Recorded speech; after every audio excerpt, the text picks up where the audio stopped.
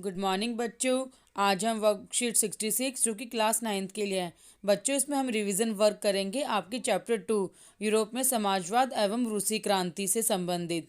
आइए चलिए देखते हैं आज की रिवीजन वर्कशीट में हमें क्या क्या दिया हुआ है।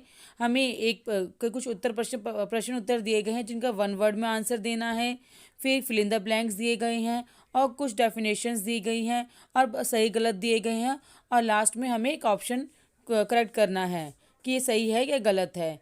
आइए चलिए देखते हैं आज की वर्कशीट का सबसे पहला क्वेश्चन है, जदीदी कौन थे। तो बच्चों, जब हम चैप्टर को पढ़ते हैं तो जदीदी रूसी समाज में सक्रिय मुस्लिम सुधारवादी थे जो मुस्लिमों से संबंधित सुधारवादी कार्य करते थे। प्रश्न 2, अंतर्राष्ट्रीय महिला दिवस कब मनाया जाता है बच्चों। इसे आप गूगल की सहायता से भी सर्च कर सकते हो, जिसका उत्तर है 22 फरवरी। प्रश्न 3, रूस में बड़े किसानों को क्या कहा जाता था। तो बच्चों, रूस में बड़े किसानों को कुलक कहा जाता था। प्रश्न 4, रूस में निर्वाचित परामर्शी संसद जिसका गठन 1905 में हुआ था उसका क्या नाम था बच्चों। तो उसका नाम था ड्यूमा।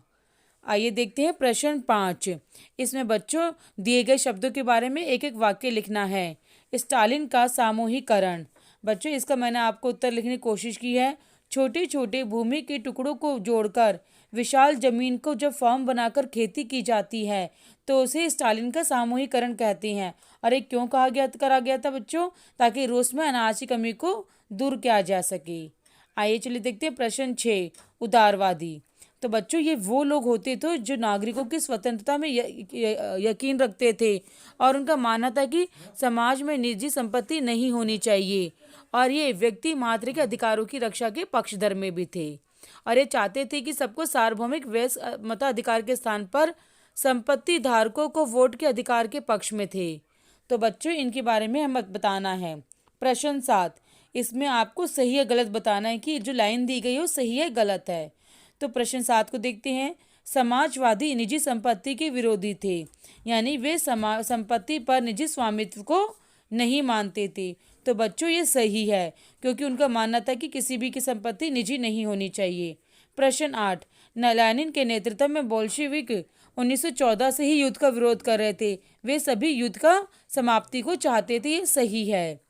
प्रश्न 9 में आपको बच्चों एक वर्ड अंडरलाइन किया गया है जिसको बताना है कि वो सही दिया हुआ है गलत दिया हुआ है। तो प्रश्न 9, रेडिकल ऐसा राष्ट्र चाहते थे जिसमें सभी धर्मों का सम्मान बराबर और जगह मिले। तो ये बच्चों के रेडिकल समुदाय चाहता था? नहीं, इसकी जगह क्या आना चाहिए, उदारवादी, क्योंकि उदारवादी चाहते थे कि ऐसा राष्ट्र हो जिसमें सभी धर्मों को सम्मान और जगह मिले। आइए देखते हैं प्रश्न 10, रूढ़िवादी समूह वंश आधारित शासकों की अनियंत्रित सत्ता के विरोधी थे, वे सरकार के समक्ष व्यक्ति मात्र के अधिकारों के पक्षधर थे। तो बच्चों, क्या ये रूढ़िवादी समूह की सोच थी? नहीं, ये किसकी सोच थी, उदारवादी समूह की सोच थी कि वे शासकों की अनियंत्रित सत्ता के विरोधी थे और वो व्यक्ति मात्र के अधिकारों की रक्षा के पक्षधर में थे। तो रूढ़िवादी समूह की जगह क्या आना चाहिए, उदारवादी। आइए चलिए देखते हैं प्रश्न 11। बच्चों, प्रश्न 11 में कई ऑप्शन दिए गए हैं। पहले कथन ए और आर दिया गया है जिसको बताना है कि सही है गलत है। बच्चों, ए ऑप्शन है, जार ने 1905 में ड्यूमा के गठन की सहमति दी थी। तो बच्चों, जैसे हमने पढ़ा ये लाइन सही है। और ये क्यों क्या था, क्योंकि जार अपनी सत्ता पे किसी प्रकार का अंकुश नहीं चाहता था। और बच्चों, तीसरी ड्यूमा में उसने क्या कहते हैं, रूढ़िवादी राजनेताओं को भर दिया ताकि उसकी शक्तियों पर अंकुश ना लगे। तो बच्चों, दोनों ही वाक्य सही है। तो इसका जो ए ऑप्शन है, कथन ए और कारण आर दोनों सही है। कारण आर कथन ए की सही व्याख्या करता है। तो बच्चों, इस प्रकार हमने पार्ट 2 की रिवीजन की है। आप इस प्रश्न उत्तरों को अपनी कॉपी में करो और ध्यानपूर्वक पढ़ें। बच्चों, अगर आपको हमारी वीडियो पसंद आई हो, समझ आई हो, तो इसे लाइक और सब्सक्राइब जरूर करें। Thank you.